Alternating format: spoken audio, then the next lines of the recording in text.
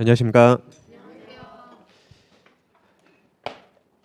자, 오늘은 131페이지 볼 차례죠. 131페이지입니다. 자, 우리 이제 민법 시간에 권리 변동을 공부하죠. 이 중에 권리로서 대표적으로 이제 물권 가채권을 공부합니다. 그럼 권리가 변동되려면 원인이 있어야겠죠. 그 원인이 둘 중에 하나겠죠. 원인이 법률행위 또는 법률 규정 둘 중에 하나 있습니다. 우리 항상 법률행위 또는 법률 규정 이 둘 중에 하나가 원인이 돼서 이런 결과가 생기는 거죠. 이걸 공부하는 겁니다. 그래서 이 원인을 약간 어려운 말로 법률 요건이라 그랬죠. 이 결과를 법률 효과라 했습니다. 우린 시험이니까 우린 법률 규정보다 이게 더 중요한 거죠. 우린 지금 법률 행위가 원인이 돼서 권리가 변동하는 걸 공부하고 있습니다. 그럼 이처럼 우리가 원하는 대로 법률 행위가 원인이 돼서 권리가 변동되려면 이 법률 행위는 두 가지 조건을 갖춰야 돼요. 일단 성립해야겠죠. 일단 법률 행위로 성립해야 됩니다. 그래서 성립 요건을 갖춰야 돼요. 이걸 갖춘 걸 전제로 효력 요건을 갖춰야 됩니다. 그러니까 법률 행위가 불성립했다면 이쪽으로 넘어올 수 없다 그랬죠. 일단 성립해야지 효력이 있는가 따지는 겁니다. 그래서 성립 요건이 먼저 당목이라고 외우셨어요. 먼저 당사자가 있고, 다음 그들이 주관하는 목적이 있고, 다음 그걸 알려야겠죠. 의사 표시에서 앞글자 따서 당목이라고 했죠. 세 가지가 있으면 일단 성립을 합니다. 이제 효력 요건을 갖춰야 되는데 일단 당사자는 능력이 있어야겠죠. 능력은 세 가지가 있었어요. 먼저 권리 능력, 즉 사람으로 태어나야 됩니다. 다음 의사 능력, 즉 정신 인식력이 있어야 돼요. 뭘 하는가 제정신이어야 됩니다. 그 다음에 행위 능력, 즉 혼자 할 능력이 있어야 돼요. 세 가지 능력이 필요하고, 그 다음 법률행위 목적은 확가적다 그랬죠. 먼저 확정 가능성이 있어야 됩니다. 다음 실현 가능성, 그 다음에 적법성, 그 다음에 사회적 타당성이 있어야 돼요. 그래서 이것도 우리가 앞글 찾아서 확가적타라고 했습니다. 확가적타 있어야 된다. 다음 마지막 의사 표시는 의사와 표시로 이루어져 있죠. 의사와 표시가 일치해야 됩니다. 의사와 표시가 일치하면서 다음 의사 형성 과정에 타인에게 부당한 간섭을 받으면 안 돼요. 의사 형성 과정에 어떤 하자가 없어야 됩니다. 그래서 이 흰색을 다 갖춘 게 완전 유효입니다. 이걸 다 갖추면 자기 약속을 지키는 겁니다. 근데 이걸 다 갖춘 경우를 공부하지 않는다 그랬죠. 우리가 아파야 병원에 가듯이 이 중에 하나라도 못 갖췄을 때, 즉 결하했을 때를 가정해서 공부합니다. 효력 요건 중에 이제 하나라도 결하했을 때, 그때 법에서 무효 사유로 만든 게 있고, 그다음에 취소 사유로 만든 게 있습니다. 그럼 어떤 의가 무효라면 처음부터 아무 일 없습니다. 처음부터 뭐 10년, 100년 지나도 아무 일 없어요. 그래서 자기 의무를 이행하기 전에는 이행할 필요 없습니다. 즉 약속 지킬 필요 없어요. 그리고 상대방은 나에게 이행 청구할 수 없습니다. 근데 무효인지 모르고 이행한 경우, 원래는 이행할 필요 없었죠. 근데 이행했다면 다시 돌려받으면 됩니다. 다시 내 것 돌려달라고. 정확한 명칭은 부당이득 반환 청구예요. 너가 부당하게 얻은 이득을 돌려달라고 반환 청구할 수 있습니다. 근데 여러 가지 무효 중에 지난주 하셨죠? 이 사회적 타당성을 결하했다. 이게 103조에 있습니다. 103조. 그러죠? 즉 사회질서 위반입니다. 반사회적 법률행위. 사회질서 위반 또는 반사회적 법률행위 같은 말이에요. 이 103조 위반으로 무효했을 때는, 그러니까 이행 전에는 똑같아요. 모든 무효는 이행할 필요 없습니다. 네 이행했을 때 하필 그 사유가 103조 무효라면 그때는 반환 청구할 수 없습니다. 이것을 불법원인 급여라 불렀죠. 그리 불렀고, 그러니까 여기서 말한 불법이란 강행규정 위반이 아닙니다. 여기서 말하는 불법이란 103조 위반을 말해요. 그 다음 어떤 행위를 취소할 수 있다면 일단 유효입니다. 유효인데 취소권자에게 취소권이 생기는 거죠. 그럼 취소하면, 즉 취소권 행사하면 행위시로 소급해서 무효가 되죠. 그 다음에 취소권이 없어지면, 즉 소멸되면, 그때는 없어지면 이것만 남기 때문에 이제 유효 확정이 됩니다. 그래서 유효가 되면 약속을 지켜야 돼요. 그래서 취소할 수 있는 법률행위는 일단 유효인데 취소하면 결국 무효가 되죠. 그러면 이쪽으로 와서 약속 지킬 필요 없는 겁니다. 이미 이행했다면 반환 청구하면 돼요. 근데 취소권이 없어지면 유효가 되니까 이제 자기 의무를 다해야겠죠. 이때는 약속을 지키면 되는 거죠. 그래서 이제 이 중에 하나라도 결하했을 때 그걸 공부하는 겁니다. 그럼 권리 능력은 사람으로 태어나면 누구나 다 있어요. 이게 없는 걸 가정할 수 없습니다. 다음 의사 능력을 결하했다. 이게 의사한 무능력자. 그자가 한 행위는 둘 중에 무슨 사유였죠? 무효 사유였습니다. 무효. 그 다음 행위 능력을 결하했다. 그게 제한 능력자죠. 제한 능력자는 세 가지가 있었죠. 먼저 미성년자, 다음 피한정 후기원인, 피성년 후기원인 3명입니다. 이 사람들은 행위할 때 누구 동의 얻어야 돼요? 법정 대리인 동의 얻어야 됩니다. 근데 이 자들이 법정 대리인 동의 없이 행위하면 둘 중에 뭐 할 수 있죠? 여기는 취소 사유죠. 여기는 취소할 수 있습니다. 그다음 목적으로 오셔가지고 확가적 타 여기를 결하면 여기는 다 무효 사유만 있어요. 여기는 취소가 없습니다. 그럼 확정에서는 법률의 목적이 확정 가능성이 없다. 확정 가능성 없다면 그건 무효죠. 그다음에 우리가 가능 반대가 불가능이죠. 그럼 불능은 원시적 불능, 후발주 불능이 있어요. 둘 중에 어떤 게 유효죠? 휴였죠. 후발주 불능이 유효예요. 그러죠? 그래서 여기 이제 원시적 불능이 무효가 됩니다. 그러니까 애호칭가 기억나시죠? 이게 무효가 돼요.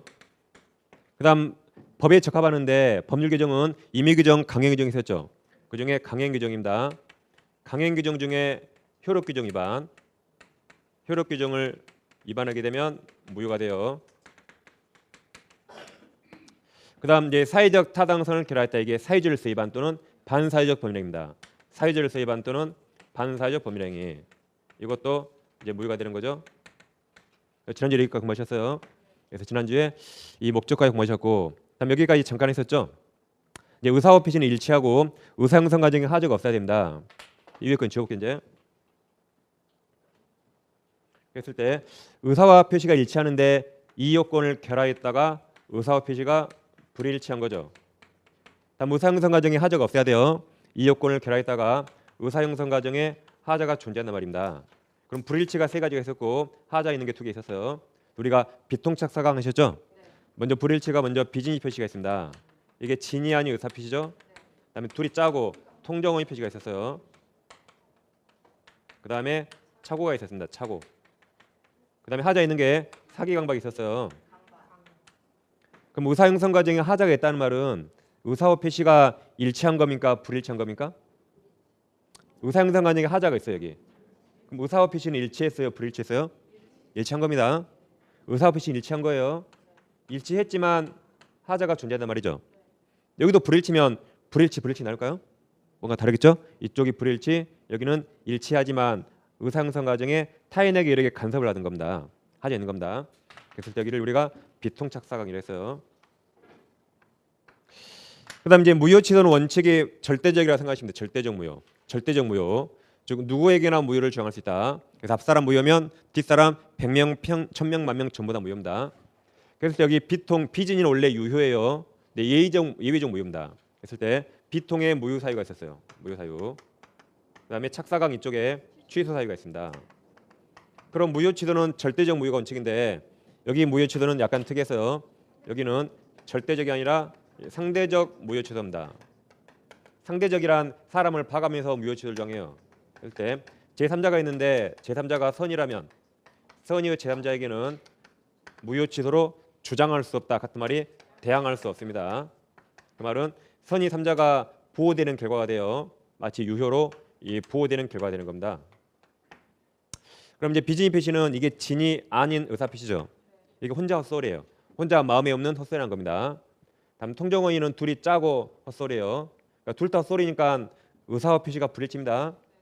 근데 이건 혼자 헛소리, 이건 둘이 짜고 헛소리입니다. 착오는 혼자 착각에 빠진 거죠. 혼자 착각. 그다음에 사기는 누구한테 속았어요. 속아서 의사 표시. 그러니까 하자가 있는 겁니다. 타인에게 부당해서 받았어요. 강박은 무서워서 쫄아서 의사 표시입니다. 누구한테 이거 2개 당한 거죠. 그래서 이게 이제 비정상적 의사 표시고 이게 민법에서 제일 어렵다 했습니다. 민법에서 제일 어려운 게 한 5개인데 그중에 하나면 4개. 그래서 지난주에 여기까지 좀 맛만 봤어요. 다음에 이제 오늘부터 학원 안 하실까봐 일부러 여기까지 맛만 본 겁니다. 그래서 우리는 일단 크게 무효 사유와 취소 사유 공부하고 있습니다. 그중에 이 비정상적 의사 표시 보고 있어요. 이제 여기 처음에 이게 어려웠지만 제가 몇 번 보면 이거 쉬워진다 했죠. 이제 어느 정도 좀 틀이 잡을 겁니다. 그럼 이제 비정상적 의사 표시 비통착 사강 이쪽을 다시 보겠습니다.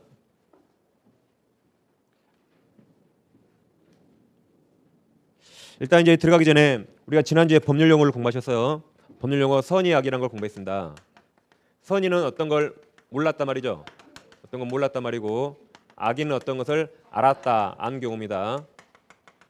그다음 우리가 이제 법을 공부할 때는 뭐든지 증명됐다는 전제하에 공부해요. 뭐든지 어떤 사람이 선이다 그러면 그렇게 밝혀졌다 이 말입니다. 어떤 사람은 악이라 그러면 그렇게 밝혀있다는 전제하에 공부해요. 어떻게 알았을까라고 생각하면 안 돼요. 우리 뭐든지 입증됐다는 전제하에 공부합니다. 근데 실생활은 입증이 중요해요. 실생활은 증거가 중요합니다. 근데 우리가 증거 수집 과정을 공부할까 우리가? 그런 건 실생활에서 법무사나 변호사가 하는 겁니다. 우리는 뭐든지 입증됐다는 전제하에 공부해요. 대부분. 그래서 어떤 사람이 악에 그면 그러게 입증됐나 보다라고 생각하셔야 돼요. 어떻게 알았을까 하면 안 됩니다. 일단 이렇게 선의는 몰랐다 악의는 알았다고 선의가 다시 무과실과 과실이 있었어요. 과실이 실수 또는 주의의무 위반이죠. 무과실은 모르는데 잘못이 없는 겁니다. 즉 전혀 몰랐다, 꿈에도 몰랐다 이런 말이에요. 근데 과실은 몰랐죠. 몰랐지만 실수로 모른 겁니다. 실수로 몰랐어요. 그럼 실수가 없었으면 알 수 있었다. 실수가 없었으면 알 수 있었답니다. 그래서 알 수 있었다는 알았다요, 몰랐다요? 몰랐다요. 몰랐지만 실수로 모른 겁니다. 그럼 실수가 없었으면 알 수 있었어요. 다음 악의는 알았으니까 과실, 무과실 없습니다. 과실, 무과실은 모르는데 잘못이 있는가 없는 겁니다. 그러니까 이걸 시험에서 몰랐다, 알았다 정확히 해야지. 이게 헷갈리면 선이 그럼 왠지 얘가 얘를 보호하고 싶어 왠지 착하니까 얘는 악이 나쁜 놈이라 왠지 싫어합니다. 근데 전혀 그런 뜻 아니었죠. 착하다, 악하다 아니에요. 한문으로는 착할 선, 악할 악이지만 선의는 뭘 몰랐답니다. 악의는 뭘 알았다요. 그래서 선의를 왠지 보호하고 싶다 그 생각 절대 들면 안 된다. 오히려 시험에서는 얘 멍청한 놈이 왜 몰라요? 오히려 멍청한 놈이라고 푸셔야 돼요. 얘는 똑똑한 놈이에요. 아니까. 그래서 똑똑한 놈, 멍청한 놈 푸시야 시험에서 더 맞습니다. 그러니까 이제 멍청하는데 잘못이 있는가 없는가 봐야겠죠.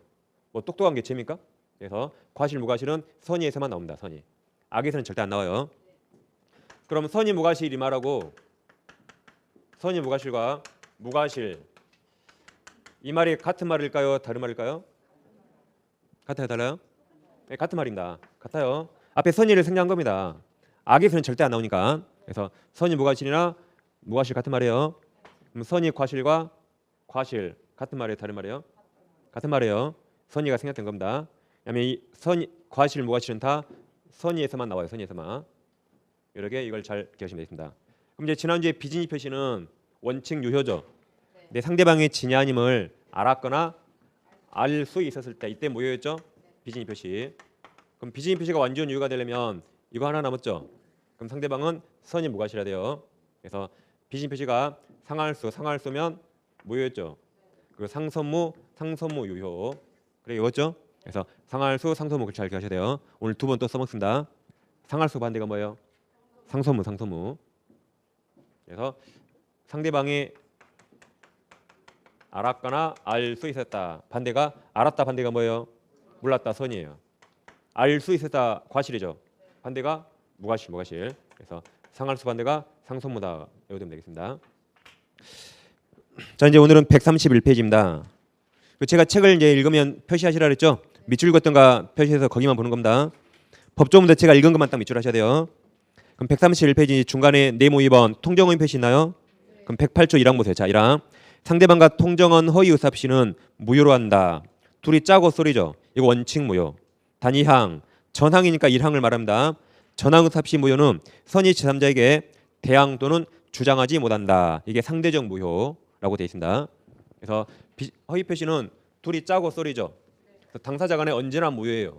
그리고 그 무효 가지고 제3자에게 선의 3자에게 대항할 수 없습니다. 통정 허위 표시를 줄여서 허위 표시라고 합니다. 이걸 같은 말이 가장행위예요. 가짜로 뭘 했다 이 말입니다. 그래서 가짜로 매매하면 가장매매라고 가짜로 저당권 설정하면 가장저당권 하면 돼요. 그럼 허위 표시는 둘이 짰기 때문에 당사자 간에 언제나 무효가 돼요. 언제나 무효가 되고 다음 이 항에서 이 무효 가지고 누구에게 대항할 수 없죠? 선의 제3자에게 대항할 수 없다. 선의 제3자에게 주장할 수 없다고 되어 있습니다. 예를 들어 보면 갑이라는 사람에게 X라는 부동산이 있어요. 근데 A가 갑의 채권자입니다. 갑의 채권자인데 갑이 채무자죠. 근데 갑이 A 돈 떼어먹기로 작정했어요. 나 A 돈 안 갚아야지. 그럼 혹시 A가 내 부동산 경매할지 모르니까 나는 어떻게 해야 돼요? 빼돌려야겠죠. 어떻게? 빼돌려야 돼요. 그렇죠? 그래서 친한 친구 일과 짜고 가짜로 매매하는 형식을 취합니다. 가짜로 매매 계약서를 작성해요. 그리고 우리 앞으로 가짜로 등기 따게 됩니다. 그럼 갑 진짜 매도할 의사 있나요? 매도할 의사 없죠. 우리는 살 생각 있나요? 없죠. 둘이 매매할 의사가 없는데 가짜로 매매 형식을 취했죠. 이게 둘이 짜고 헛소리. 이게 통정허위 표시입니다. 아니 둘이 짜고 했죠. 그러면 이게 무효가 돼요. 108조 무효가 됩니다. 둘이 짜고 헛소리하면 둘이 무효예요. 그럼 원인이 무효면 결과 등기도 무효가 됩니다. 그럼 현재 을 소유자 아니죠? 누가 소유자요? 갑이 소유자입니다. 을 등기 효력이 없으니까 을이 소유자가 아니에요. 누가 소유자요? 갑이 소유자인 겁니다. 지금 등기만 을 앞으로 돼 있어요. 저기 이제 등기부가 이 부동산 등기부를 떼어보면 갑에서 을 앞으로 매매일 원인으로 소유권 이전 등기 돼 있습니다. 이 등기 무효니까 을이 소유자 아니에요. 누가 소유자요? 갑이 소유자입니다.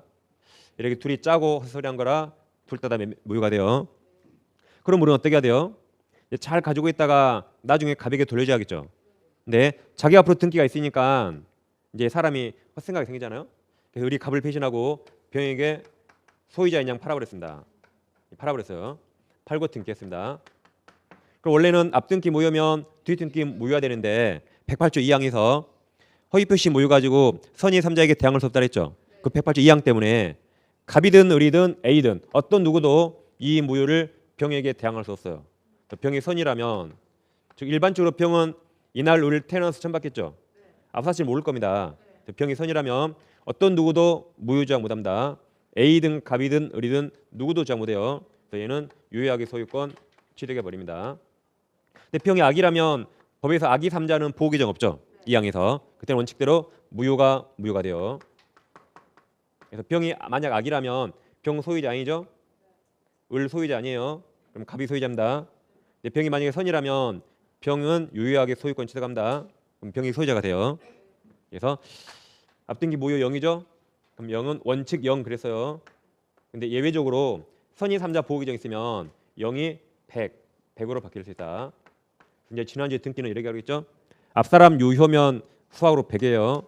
유효를 넘겨받으면 뒷사람은 뭘 알았던 몰랐던 원칙 다 유효 100입니다. 근데 앞사람 무효면 0이에요. 0을 넘겨받으면 받을 게 없거든요. 이게 절대적 무효. 근데 예외적으로 이렇게 선의 3자 보호 규정이 있다면 예외적으로 0이 유효 100이 될 수 있다 그랬죠. 그래서 등기는 2공식 내려가시면 돼요. 여기도 0은 원래 0입니다. 근데 108조 2항에서 선의 3자 보호 규정이 있으니까 그것 때문에 0이 100이 되는 겁니다. 자, 그럼 법조 밑에 양거를 본 의가 있죠. 의 봐보세요. 상대방과 통정하여 즉 갑과 을이 둘이 짜고 통정해서 매매했죠. 통정하여 허위로 의사표시하는 경우를 통정허위 표시라며 이렇게 통정허위로 한 행위를 가정행위라고 한다. 거기까지 보세요. 예컨대 보지 마실 때 아래 양과로 2번 당사자 사이 효력 있나요? 그럼 통정허위 표시 당사자 사이는 동그라미 언제나 무효 동그라미. 둘이 짰기 때문에 언제나 무효예요. 언제나 무효다. 다음 페이지 양가로 3번 있죠. 제3자로 허위 표시 무효를 가지고 선의 제3자에게 대항하지 못한다. 이게 상대적 무효. 선의 3자 보호됩니다. 아래 핵심 다직이 있나요? 그게 이제 이 사건이에요. 이 사례 이대로입니다. 자, 핵심 다직 봐보세요. 채권자 A의 강제 집행 이 경매라고 생각하시면 돼요. 쉽게 강제 집행을 면탈하기 위하여 갑은 자신 소유 건물을 을과 매매한 것으로 가정하여 을에게 소유권 이전 등기를 해주었다. 이게 둘이 짜고 헛소리를 매매했죠. 이게 가정 매매입니다. 그 후 병이 을로부터 그 건물을 매수하여 등기한 경우 갑을병 법률강의 담았습니다. 1번 갑과 을이 가정 매매했죠. 갑을과 매매는 통정허위 표시 무효입니다. 근데 2번 병이 선이라면 즉 앞사실 모른다면 갑은 선이 병에게 무효를 주장할 수 없어 따라서 병은 유효하게 위 건물 소유권을 취득한다. 그래서 갑의 소유권 뺏기고 병이 소유권 취득해 버립니다. 3번 갑은 을에게 부당이득 반환 청구하여 그 건물에 가름한 가액을 반환받을 수 있다. 그러니까 이 경우에요. 우리 책은 지금 무효인 경우 없어요. 여기는 잠깐 이제 지워볼게요. 우리 책하고. 만약에 병이 선이라면 병이 소유권 취득하죠. 그럼 봐보세요.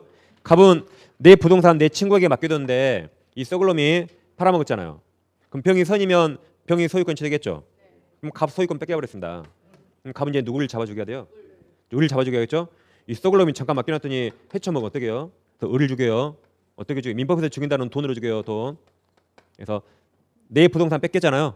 그래서 손해배상 청구하거나 아니면 을이 받아먹은 이 돈 있잖아요. 이 돈을 이제 부당이득 반환 청구하면 됩니다. 다시 을이 파는 바람에 병이 소유권 취득했어요. 내 소유권 뺏겼으니까 을에게 손해배상 청구하거나 또는 을이 받아먹은 이 돈을 부당이득 반환 청구하면 되는 겁니다. 그게 3번이에요. 그래서 다시 3번 갑은 을에게 부당이득 반환 청구하여 그 건물의 가름이 대신한 가름이 대신한 그 가액, 그 매매 가액 이것을 받아가면 되는 겁니다. 여기까지 허위 표시는 그다지 어렵진 않아요. 지금까지 비통 무효사유 보셨습니다. 오른쪽 133페이지 보세요. 네모 3번이 차고입니까? 차고는 누가 건드렸나요? 혼자 착각이나요? 혼자 착각이에요. 그럼 자 109조 봐보세요. 착오로 인한 의사 표시 보세요. 자 이랑 의사 표시는 법률행위의 내용 동원하십니다. 내용의 그다음 중요 부분 동원하셔 보세요. 중요 부분에 착오가 있는 때는 취소할 수 있다. 그러나 이걸 단서라 그랬죠? 그러나 단서 그 착오가 표의자의 동원하십니다. 중대한 과실 동원함이 중대한 과실로 인한 때는 취소하지 못한다. 다시 한번 읽어볼게요. 자 이랑 의사 표시는 법률행위의 첫째 내용이 돼야 돼요. 내용에 두 번째 중요 부분이어야 돼요. 안중요하면 취소 못합니다. 중요 부분에 착오가 있는 때 취소할 수 있다. 그러나 그 착오가 표의자의 중대한 과실로 인한 때는 취소하지 못한다. 2항 전항이 1항을 말합니다. 전항 의사 표시 취소는 선의 제3자에게 대항하지 못한다. 그래서 이게 상대적 취소. 선의 3자가 보호되는 거죠. 우리가 이제 109조 1항 2항 읽어봤잖아요. 그럼 착오에 빠져 의사 표시했습니다. 그럼 원칙 취소할 수 있습니까? 없습니까? 착오에 빠져 의사 표시했어요. 취소할 수 있어요? 없어요? 못합니다. 취소 못해요. 만약에 착오로 취소할 수 있다 그러면 우리 모든 의사 표시를 다 취소해버립니다. 어젯밤에 분양권 하나 샀어요. 남편한테 뒤지게 혼났어요. 그럼 오늘 가서 제가 어제 착오에 빠졌어요. 취소하면 될까요? 안 되겠죠? 착오는 혼자 착각이라 취소 못해요. 만약 취소할 수 있다면 우리 뭐든지 다 취소해버립니다. 뭐든지 착오에 빠졌다면 돼요. 취소 못합니다. 상대방을 봐야 되니까. 단 이 109조처럼 109조 1항 요건을 갖췄을 때 한해서 예외적으로 취소할 수 있어요. 그래서 착오는 혼자 착각이라 착오에 빠져 의사 표시했죠. 그러면 원칙 취소 못해요. 책임져야 됩니다. 단 이 109조 요건을 갖췄을 때 예외적으로 착오 취소할 수 있습니다. 그래서 착오 취소하기 위한 요건이 109조에 써 있어요. 그럼 우리가 동그라미 3개 쳐봤죠. 착오로 취소하려면 첫째 법률행위 내용이 돼야 됩니다. 첫째 법률행위 내용이 돼야 돼요. 그러면서 중요해야 돼요. 중요 부분에 착오가 있어야 된다. 안 중요하면 취소 못합니다. 셋째 이제 중대한 과실, 이걸 줄여서 중과실 그래요. 법조문에 중과실 있으면 취소 못한다 그랬죠. 그러죠? 그럼 취소하려면 중대한 과실 있어야 돼요? 없어야 돼요? 취소하려면 없으면 취소할 수 있는 겁니다. 다시 법조문에는 중대한 과실이 있으면 취소 못한다 그랬죠. 그럼 취소하려면 중과실 없어야 돼요. 따라서 취소하려면 3가지가 필요합니다. 첫째 법률행위 내용이 돼야 돼요. 다음 착오가 중요해야 됩니다. 세 번째 중과실 없어야 돼요. 그러면 착오 이후로 취소할 수 있다. 이런 거 같으면 원칙 취소 못합니다. 책임져야 돼요. 이렇게 이제 법조문을 정확히 해석하셔야 된다. 다음 2항에서 이제 상대적 취소가 나옵니다. 법조 밑에 이제 양과를 본 의의가 있어요. 자, 의의 보세요. 표의자가 착각에 빠져서 의사표시한 경우를 말한다. 착오연 의사표시는 표의자가 혼자 착각에 빠진 것이므로 그 말 원래 취소 못해요. 그 다음에 법률행위 중요 부분에 착오가 있고 중대한 과실이 없는 경우에 한하여 취소할 수 있다. 그 말이 원래 못해요. 근데 이 109조 요건을 갖췄을 때 한해서 예외적으로 취소할 수 있습니다. 의미를 하시면 되겠어요. 그럼 여기서 이제 중대한 과실 나오는데 그러니까 이게 우리 사람 이제 괴롭혀 이게 사람을 되게 괴롭힌다. 다시 여기 와보세요. 아까 선이가 무슨 말이에요? 몰랐다. 아기가 알았다. 선이가 다시 무과실과 과실이 있어요. 무과실은 꿈에도 몰랐다. 전혀 몰랐다. 과실은 실수로 몰랐죠. 네, 실수가 없었으면 알 수 있었답니다. 이 과실이 다시 그냥 과실 그러면 경과실 말이에요. 경과실. 따라서 중대한 과실은 꼭 중자를 써줘야 돼요. 중대한 과실 또는 중과실이라고 해야 됩니다. 다시 그냥 과실은 경과실이에요. 가벼운 과실. 이건 중과실입니다. 그럼 둘 중에 어떤 게 더 주의 의무를 위반한 거죠? 이게 훨씬 더 조심 안 한 거죠. 이것은 일반적인 실수, 일반적인 주의 의무 위반입니다. 이건 현저한 실수 또는 현저한 주의 의무 위반이에요. 그렇죠? 여기까지 이제 끝나면 여기까지. 이제 더 이상 없어요. 자, 그럼 착오에 빠진 건 선일까요, 악일까요? 착오에 빠진 건 선일까요, 악일까요? 그죠, 선입니다. 우리 지금 여기 하니까 여기 찍어도 여기다 찍어야겠죠? 착오에 빠진 건 내가 착오에 빠진지 알아요, 몰라요? 모르는 게 착오입니다. 그러죠? 착오란 내가 지금 잠깐 착오에 빠졌잖아요. 그 사실 내가 모르는 거예요. 내가 물은 겁니다. 착오는. 그랬을 때 중과실이 있으면 취소할 수 있다 없다? 취소할 수 없다 그랬어요. 그러면 그냥 과실이 있으면 취소할 수 있습니다. 착오로. 아직 그냥 과실이 있으면 착오로 취소할 수 있어요. 단 이걸 다 갖췄을 때. 그러니까 착오에 빠진 건 약간의 과실이 있겠죠. 착오에 빠지다가 약간의 과실이 있는 겁니다. 그래서 약간의 과실이 있으면 취소할 가능성이 있어요. 중과실일 때만 취소 못합니다. 여기까지 해서 선의 이야기를 정확히 계속 연습해 주시면 돼요. 아무튼 이건 학교에 가기 때까지 우리를 괴롭힌다 했습니다. 그러게 이제 처음에 내용이 되고 중요가 되고 중과실 없으면 취소했어요. 그럼 이제 밑에 양괄호 2번을 보세요. 책으로 오세요. 양괄호 2번 제목에서 법률행위 내용 동그라미 내용의 중요 부분 동그라칩니다. 중요 부분에 착오에 있어야 취소할 테다. 그럼 동그라미 1번 중요 부분 착오에 해당하기 위해서는 주관적 요건 동그라칩니다. 주관적 요건으로는 표의자가 의사표시한 자, 표의자가 착오를 알았더라면 의사표시를 하지 않았을 정도로 중요하고, 즉 착오에 빠진 자가 착오가 없었더라면 안 했어야 돼요. 그죠? 착오에 빠지지 않았다면 안 했어야 돼요. 그 다음 객관적 요건 동그라칩니다. 객관적 요건으로는 일반인 우리도 표의자 입장에서 그 착오를 알았더라면 의사표시 하지 않았을 정도로 중요해야 됩니다. 그러니까 주관적이 뭐예요? 표의자 그 자신도 착오가 없었으면 그걸 안 했어야 돼요. 객관적 우리들도 착오가 없었더라면 그것을 안 했을 것이다라고 해야 됩니다. 그 다음 동그라미 3번. 자, 3번 이겁니다. 그럼 중요 부분은 경제적 불이익이 있어야 돼요. 우리 대법원이 중요 부분 판단한 가장 중요한 잣대로서 경제적 불이익이 있어야 돼요. 한마디로 손해, 재산상 손해가 있어야 됩니다. 그러니까 착오는 웬만하면 취소 못합니다. 혼자 착각이라. 따라서 설사 착오에 빠졌더라도 손해가 없대요. 그럼 안 중요합니다. 다시 설사 착오에 빠지더라도 손해가 없다면 안 중요하니까 취소 못해요. 그래서 경제적 손해가 있어야 중요 부분이 되는 겁니다. 그럼 동그라미 3번. 착오로 인하여 표의자가 동그라미 칩니다. 경제적 불이익 동그라미 보세요. 경제적 불이익 것이 아니라고 한다면 이를 법률행위 내용의 중요 부분 착오라고 할 수 없다. 그럼 취소할 수 있어요, 없어요? 없죠. 중요 부분 착오 아니니까 취소할 수 없단 말입니다. 다음 4번. 토지의 자 희원항 동그라미 칩니다. 다음 경계 동그라미. 경계가 가는 착오 아래쪽 착오는 중요 부분 착오에 해당한다 그랬어요. 그리고 중간에 이해가 있죠? 자 이런 겁니다. 자 여기 이렇게 하천이 흘러요. 하천.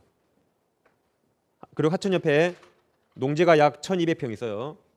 그래서 농지 1200평을 다 농지인 줄 알고 샀거든요. 옆에 물도 있어 물대기 좋죠? 1200평 농지인 줄 알고 샀는데 나중에 비가 온 날 아침에 가봤거든요. 그러니까 하천이 여기까지 흘러버립니다. 여기까지 하천이. 그래서 약 600평 가량이 물이 잠겨버려요. 600평이. 나 착오니까 취소한다 그랬어요. 착오니까 취소한다.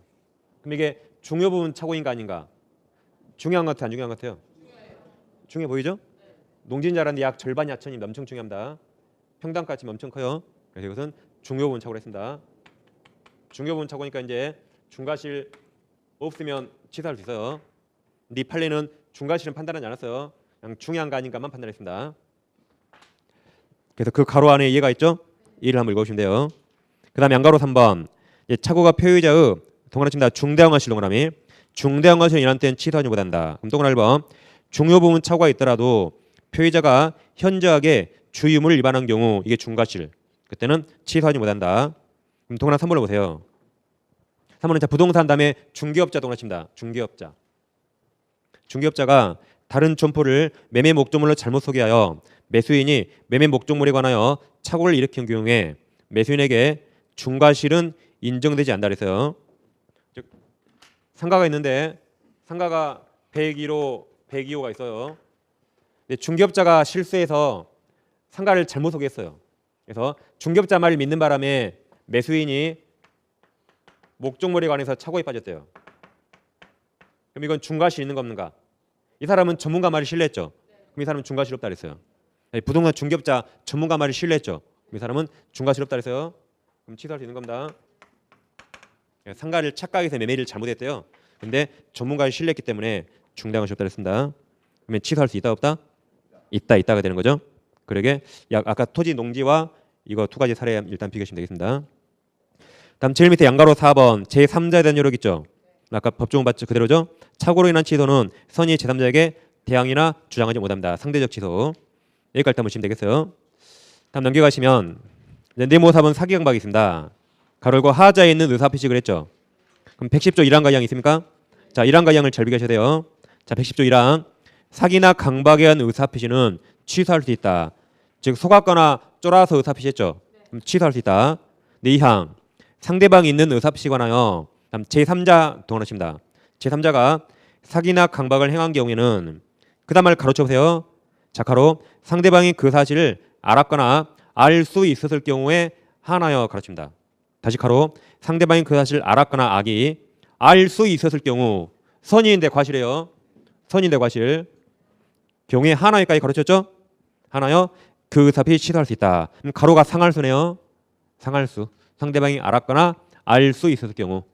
그러니까 제 오래 그래서 상할수 아까 반대가 뭐다? 상소물 상할수 상소물 외우는 게 좋아요. 왜냐면 이걸 우리가 정확히 지금 이해했다가 좀 가끔 헷갈리니까 외우면 절대 안 헷갈립니다. 상할수 반대가 뭐예요? 상소문. 이제 상할수가 떠났어요. 그 다음 사망. 사망은 전 2항 그랬나요? 그럼 전 2항이니까 1항과 2항을 말합니다. 전 2항이니까 매당 1항과 2항을 말해요. 그럼 1항 2항 의사표시 취소는 선의 제3자에게 대항 또는 주장하지 못한다. 그래서 이게 상대적 취소. 어렵죠? 이게 민법에서 제일 어렵다 그랬어요. 그러니까 그런가 보다 하셔야 됩니다. 합격자도 잘 몰라 이거. 그냥 찍어서 맞힌 사람이 많습니다 이거. 저는 거짓말 절대 안 한다 했어요. 아까 제가 제일 처음에 성립요건, 효력요건 제가 이제 다시 썼잖아요. 대강 아시겠죠? 아직도 몰라요? 아까 처음부터 오신 분들 성립요건 당모구, 효력요건 제가 몇 개 썼잖아요 이게. 대강 알아듣겠잖아요. 몇 번 들어오면. 안 그럽니까? 아예 모르겠어요? 아예 모르겠으면 이제 복습을 하셔야 돼요. 저는 공부란 말 안 해요. 알아서 느끼게 저는 만들어요. 그러니까 이제 몇 번 보니까 대강 알겠잖아요 이게. 저는 거짓말 안 한다 했어요. 그건 어려운 게 아니라 양이 많아서 생소하다 그랬어요 제가. 근데 이건 어렵습니다. 불만해서 이건 민법이 제일 어려워요 이것은. 그러니까 감안하고 보셔야 돼요. 그럼 110조 1항과 2항을 봤는데 110조 2항에는 제3자의 동원합쳤죠. 1항에는 제3자가 없죠. 1항과 2항을 잘 비교하셔야 돼요. 이게 아주 어렵습니다. 그럼 110조 1항을 보시면 110조 1항이 당사자 간의 사기강박입니다. 자, 예를 들면 갑과 을이 어떤 법률행위 즉 매매계약을 했다고 가정해 보세요. 매매계약 당사자가 갑과 을이죠. 그 매매계약 당사자 중에 그 중에 한 명이 갑이 을을 사기 또는 강박했다. 그래서 을이 갑에게 속았거나 쫄아서 그 갑과 법률행위 있습니다. 그럼 을은 속았거나 쫄아서 매매했죠. 그럼 1항에서 뭐 할 수 있다? 을은 의사표시 매매계약 취소할 수 있다. 이게 1항이고 매매계약 당사자 간의 사기강박이 이게. 근데 2항에는 제3자가 동원쳐 있습니다. 자, 2항에는 법률행위를 갑과 을이 했거든요. 법률행위를 갑과 을이 했는데 사기강박은 매매계약 당사자 중에 한 명이 아니라 매매계약을 하지 않은 제3자가 여러 개의 사기강박이 있어요. A가 을을 사기 또는 강박해서 을이 A에게 속았거나 쫄았죠. 근데 법률행위는 갑과 한 겁니다. 그러면 법률행위는 갑과 을이 했지만 사기강박은 매매계약 당사자가 아닌 제3자가 한 겁니다. 이게 제3자의 사기강박이에요. 잘 봐보세요. 그럼 을은 A에게 속았거나 쫄아서 의사표시했죠. 그럼 을은 속았거나 쫄아서 매매계약이 있으니까 이거 취소할 수 있을까요? 없을까요? 을은 분명히 속았거나 쫄았어요. 그래서 의사표시했습니다. 그럼 취소할 수 있을까요? 없을까요? 원칙 없습니다. 원칙 없어요. 왜냐하면 봐보세요. 매매를 갑과 을이 했죠. 만약에 사기강박 당했기 때문에 이걸 취소할 수 있다고 가정하면 우리는 모든 매매계약 다 취소해버립니다. 또 어제 아파트 매매계약 체결했어요. 어제 후회했거든요. 그럼 친구 하나만 꼬시면 돼요. 야, 너가 그저께 나를 속였다 그래. 그저께 너가 칼 들고 우리 집 왔다 그래. 그래서 다 취소해버립니다. 그러니까 우리 생각은 갑과 A가 친할 것 같죠? 갑이 시켜서 했을 것 같죠? 근데 법은 그렇게 생각 안 해요. 두 명을 친하게 봐서 이걸 취소할 수 있다고 해버리면 친구 하나만 꼬시면 다 취소해버립니다. 다 모든 계약을. 그럼 안 되겠죠? 그래서 법에서는 두 명에 각각 봐서 취소할까 봐 이 상대방을 보호해요. 상대방을 보호하기 위해서 원칙 취소 합니다. 다시 법에서는 둘이 짜고 취소해버릴까 봐 이 을 상대방을 보호하기 위해서 원칙 취소 못해요. 이해되시죠, 대강? 단, 그럼 언제 취소하는가? 그럼 이자를 보호할 필요 없을 때. 그럼 상대방도 매매할 당시에 을 눈빛을 보니까 뭐에 홀려 있어요? 을 눈빛이 시퍼래요. 을 눈빛이. 그래서 매매할 당시 갑도 을이 당해서 왔다는 것을 이 상대방 갑도 알았거나 알 수 있었다면 그때 얘 별로 보호할 필요 없잖아요. 그때 한해서 예외적으로 이걸 취소할 수 있다. 다시 해볼게요. 이제 제3자가 사기 강박에서 우리 A에게 속았거나 쫄아서 값과 매매했죠. 그럼 원칙 취소할 수 있을 것인가? 원칙 못합니다. 왜냐하면 취소할 수 있다고 해버리면 우리 친구 한 명만 꼬시면 돼요. 그래서 둘이 짜고 취소할까봐 이 상대방, 의뢰 상대방 값을 부호하기 위해서 원칙 취소 못합니다. 예외적으로 이 값을 부호할 필요 없을 때 이 상대방도 매매할 당시에 의리 당해서 왔다는 것을 상대방도 이날 알았거나 알 수 있었다면 별로 부호할 필요 없죠. 그때 한해서 예외적으로 취소할 수 있어요. 거기를 가로치는 겁니다. 원칙 취소 못합니다. 그래서 상할수 기억하시면 돼요.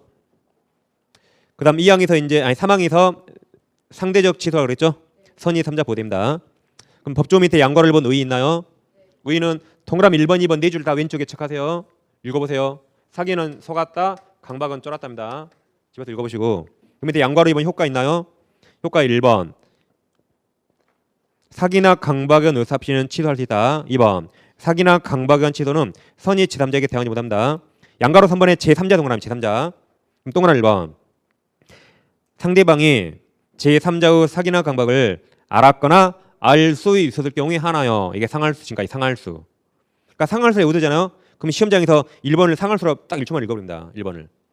그럼 상할수에 하나요. 취소할 수 있다 맞았죠? 그죠? 그럼 봐보세요. 그럼 상할수 반대 뭐예요? 이제 네, 상서무. 그럼 상대방이 이런 사실을 모르고 과실없다면 그때 취소 못하는 겁니다. 다시 상할수 반대가 뭐예요? 상서무예요. 그럼 갑은 취소 안 나가려면 갑은 상서무해야 돼요. 그래서 상할수일 때 한해서 취소할 수 있으니까 얘가 상서무면 을은 취소 못하는 겁니다. 그래서 상할수, 상서무, 상할수, 상대 보시면 돼요. 그게 동그라미 2번이에요. 상대방이 선이 무가치는 경우에는 취소하지 못한다. 이게 원칙 취소 못한다. 1번이 예외입니다. 자 3번 예컨대 칠판의 살입니다. 예컨대 A의 기망이 사기입니다. 기망이 사기예요. 기망 후에 갑이 을에게 자신 부동산을 매도한 경우 여기죠? 사람은 잠깐 볼게요. A의 기망에 갑이 을에게 팔았대요. 그럼 누가 당했어요? 다시 3번 예컨대 A의 기망 후에 갑이 을에게 자신 부동산을 매도한 경우까지 A가 속였죠. 누구를 속였어요? 한국말 어려워요. 누구를 속였어요? A가 속였다니까요. 누구를 속였어요? 누구를? 갑이 속았어요. 다시 보세요. 예컨대 A의 기망에 왜 갑이 을에게 그러니까 갑이 속았단 말이에요. 사람은 잠깐 볼게요. 여기 갑입니다. 갑이 당한 거예요. 그러니까 이게 어렵다는 게 한국말이 어려워요 일단. 그리고 이게 어려워서 또 한국말 어렵지 이게 어렵지. 그러니까 이걸 다 맞힌 분은 찍어서 맞힌 거예요 시험장에서. A의 기망에 갑이 을에게 매매한 겁니다. 다시 3번 예컨대 A의 기망에 갑이 을에게 자신 부동산을 매도한 경우 그 뒤에 동그라미 1번 써보세요. 심표 뒤에 동그라미 1번 을이 상대방 을이 기망 사실을 알았거나 알 수 있었을 경우에 하나요. 상할수 하나요. 갑은 매매 계약을 취소할 수 있고 다음 동그라미 2번 적어보세요. 2번 상대방 을이 기망 사실에 대해서 선이 무가치인 경우 상소무인 경우에 갑은 매매 계약 취소하지 못한다. 그래서 상할수 상소무 외우시면 헷갈리지 않습니다. 상할수 상소무. 여기까지 이제 민법의 가장 어려운 비통착사강 했어요. 비통착사강. 그다음 이제 제일 밑에 04번 의사표시 효력 발생 시기가 있죠. 이제 네모 1번 도달주가 있는데 자 봐보세요. 의사표시 당사자는 대화자와 격지자가 있습니다. 이 격은 뭘 격자예요? 대화자와 격지자는 거리가 멀다 그 말이 아닙니다. 시간상 개념이에요. 시간상. 즉 내 의사표시가 얼마나 빨리 상대방에게 도달하는가 문제입니다. 그럼 한국에서 미국으로 핸드폰 통화해요. 대화자입니까? 격지자입니까? 네, 대화자예요. 한국에서 미국으로 핸드폰 통화하더라도 내가 말하자마자 상대방에게 즉가닥 도달하죠. 그죠? 시간적 개념이면 대화자입니다. 근데 서울에서 서울로 편지를 보내요. 그럼 편지 적어도 하루 이틀 걸리겠죠. 그게 격지자예요. 그래서 시간이 멀다 이 말이에요. 거리가 아닙니다. 우리 시험이니까 시험은 격지자밖에 안 나와요. 우리가 요즘 얼마나 편지 씁니까? 편지 안 쓰지만 시험이 이게 나옵니다. 핸드폰 통화는 시험에 낼 수가 없어요. 말하자마자 도달하거든요. 그래서 이건 시험에 낼 수가 없습니다. 기술상. 시험 뭐가 나온다? 격제 이거밖에 못 나와요. 시험은. 이제 봐보시면 항상 우리는 격제를 생각하셔야 돼요. 갑이 을에게 의사표시 보낸다 해보세요. 의사표시. 갑이 의사표시를 발송하고 그 의사표시를 의뢰에게 도달합니다. 핸드폰은 발송과 도달이 동시에 일어나요. 이게 개화 전 시험 원례입니다. 편지는 발송한 날과 도달한 날이 서로 다를 수 있죠. 그러니까 시험은 편지가 나와 객지야. 그러면 갑의 의사표시가 언제 효력을 발생할 것인가? 상대방이 있다면 당연히 상대방에게 도달했을 때 발생하겠죠. 그게 도달주입니다. 을에게 갑 편지가 도달했을 때 갑 의사표시가 발생해요. 그럼 도달이 무슨 말인가? 을이 갑 편지를 뜯어 읽은 때가 도달인가? 그게 도달이 아닙니다. 뜯어 읽었다가 완료할료 알지예요. 완료할료 알지. 뜯어 읽은 때가 도달이 아니에요. 을이 안 읽었더라도 을 우체통에 편지가 꽂히잖아요. 그럼 우리 언제라도 뜯어 읽을 가능성이 있죠. 그때가 도달로 봅니다. 그게 료지 가능성이요. 완료할료 알지 가능성이 있을 때. 이게 도달입니다. 우리 아직 편지를 안 읽었더라도 을 우체통에 꽂히면 우리 언제든지 읽을 수 있죠. 그게 도달이에요. 꼭 우리 뜯어 읽은 때 그게 도달로 의미한 거 아닙니다. 왜냐하면 갑이 채권자예요. 우리 갑 편지를 받았네요. 근데 편지 안 읽어봐도 편지에 뭐가 써 있을까요? 그렇죠. 돈 내나 딱 세 글자 했어요. 그러니까 안 읽어도 그건 이미 도달해버린 겁니다. 이것은 아시겠죠? 꼭 읽은 때를 도달로 하면 우리 뜯어 읽은 때가 만약 도달이라면 그러면 갑의 돈 갚어 의사표시는 평생 도달 안 합니다. 우리에게 안 읽어 버려버리니까. 그러니까 우리 버려버렸더라도 우리 요리지 가능성이 있었죠. 그게 도달이요. 도달. 그럼 도달주의를 취하는 결과 우리 그래요. 난 너 편지 받은 적 없는데 그래요. 사실은 받았거든요. 난 너 편지 받은 적 없어. 그럼 누가 입증할까요? 갑이 입증하겠죠? 다시 우리 그래요. 우리 사실은 갑 편지 받았거든요. 근데 우리 그래요. 난 너 편지 받은 적 없는데 그럼 누가 입증할까요? 갑이 입증해야 돼요. 너 내 편지 받았잖아라고 누가 입증한다? 이 표의자 발송 이자가 입증합니다. 그러니까 우리가 중요한 문서는 100원짜리 우표로 보냅니까? 내용증을 보냅니까? 내용증을 보내요. 왜 그래요? 내가 내용증이 의뢰에 갔는데 나에게 이게 되돌아오지 않으면 너 받았지라고 추정해버립니다. 도달이 추정이 돼요. 그렇기 때문에 우리가 중요한 문서는 내용증을 보낸 겁니다. 비싼 돈 들여서. 왜 그래요? 내가 입증해야 되니까. 우리 입증해야 된다면 내가 괜히 100원짜리 우표 보내지 비싼 돈 보냅니까? 안 그러죠? 우리가 내용증이나 등기우표를 보낸 이유는 이렇게 돈 들여서 편지를 보냈는데 갑 보낸 사람에게 되돌아오지 않으면 즉 반송되지 않으면 너 받았지라고 추정해버립니다. 도달을 추정해버립니다. 그래서 이렇게 비싼 돈 들여 이런 걸 보낸 겁니다. 왜냐하면 내가 입증해야 되니까. 이게 도달주의 결과입니다. 그럼 이제 책에 이제 제일 밑에 111조 있나요? 자, 1항 보시면 1항 상대방이 있는 의사표시는 그 통지가 상대방에게 동일하십니다. 도달한 때 동그라미 도달한 때로부터 효력이 생긴다. 자, 2항은 이겁니다. 그럼 이제 우리는 항상 격지를 생각하셔야 돼요. 갑이 을에게 편지를 보냅니다. 편지를 보냈는데 이날 편지를 발송했다. 근데 발송한 다음에 갑이 사망하거나 또는 갑이 제한 능력자가 되었다. 좀 상태가 모자라졌대요. 그리고 을에게 편지가 도달했어요. 그럼 갑이 의사표시를 발송할 때는 살아있었고 능력이 있었죠. 아주 정상적이죠. 그 후에 갑이 죽거나 능력이 안 좋아지더라도 이건 여전히 유효입니다. 유효해서 여전히 유효해요.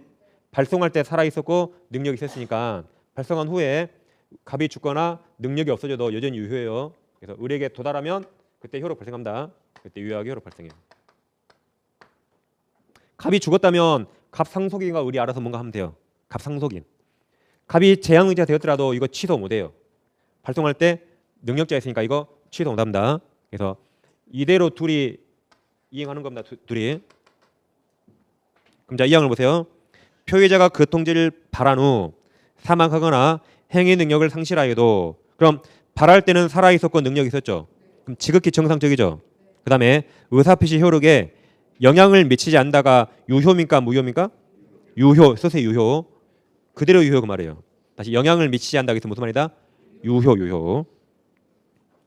자, 오른쪽 보시면 오른쪽 상단에 양괄호 1번 있죠? 도달주의 원칙 있나요? 네, 동그란 1번. 도달이란 사회 통영상 요지 이요예요. 아까 한번 완료할 론데 두음법칙이라 요지입니다. 료지. 두음법칙 요지예요. 요지할 수 있는 상태의 다른 때를 말한다. 우편물이 수신함에 투입된 경우에 동거하는 가족이나 고용인이 수령했다면 본인에게 전달하지 않았더라도 즉 본인이 아직 안 읽었어요. 안 읽었더라도 도달로 인정된다. 한편 상대방이 수령을 거절하더라도 즉 채권자가 보낸 편지라 안 받아버렸대요. 그랬더라도 정당한 이유가 없는 한 도달로 간주됩니다. 다음 3번. 도달주의를 취하기 때문에 의사표시 연착, 늦게 도착했다 또는 불착, 도착 안 했다는 표의자 불이익 돌아가요. 그렇기 때문에 우리가 책이 없지만 중요한 내용은 이런 걸 보는 겁니다.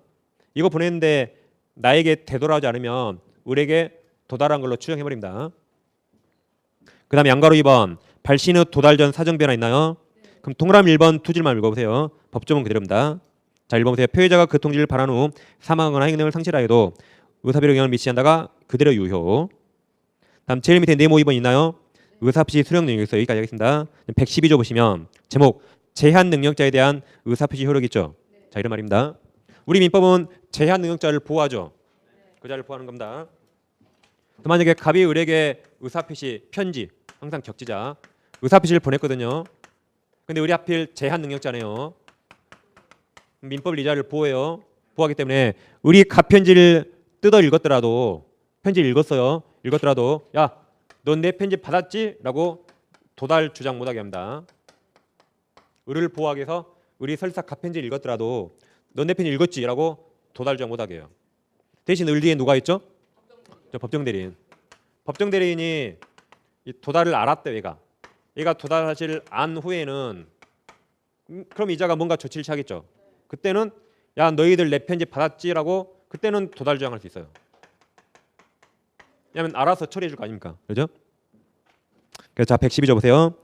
자, 목 뒤에 의사표시 상대방이 이를 받은 때 제한 능력자인 경우에는 의사표시자는 그 의사표시로서 대항할 수 없다가 이 말이에요. 대항할 수 없다가 도달 주장 X 써놓으면 돼요. 대항할 수 없다가 너 내 편지 받았지? 똑바로 말해봐 라고 주장 못한다 이 말입니다. 그 다음 다만 그 상대방은 동그라미 칩니다. 법정대리인 동그라미. 법정대리인이 의사표시 도달한 사실을 자 안후 동그라미 안후에는 그러하지 아니하다가 무슨 말이에요? 그렇죠. 일단 법조문에서 그러하지 아니하다는 대항할 수 있다입니다. 대항할 수 있다. 그러죠? 다만 앞에 대항할 수 없다니까 그러하지 아니하다가 대항할 수 있다 그 말입니다. 그 의미는 도달 주장할 수 있단 말이에요. 이제 대항할 수 있다가 뭐다? 도달 주장할 수 있단 말입니다. 그래서 지금 밑에 양가로 1번, 2번 세 줄 있죠? 세 줄 왼쪽 체크하시고 달고 오시면 됩니다. 여기까지 의사표시를 마치고 이제 10분 쉬가시고 무효 취소를 하겠습니다.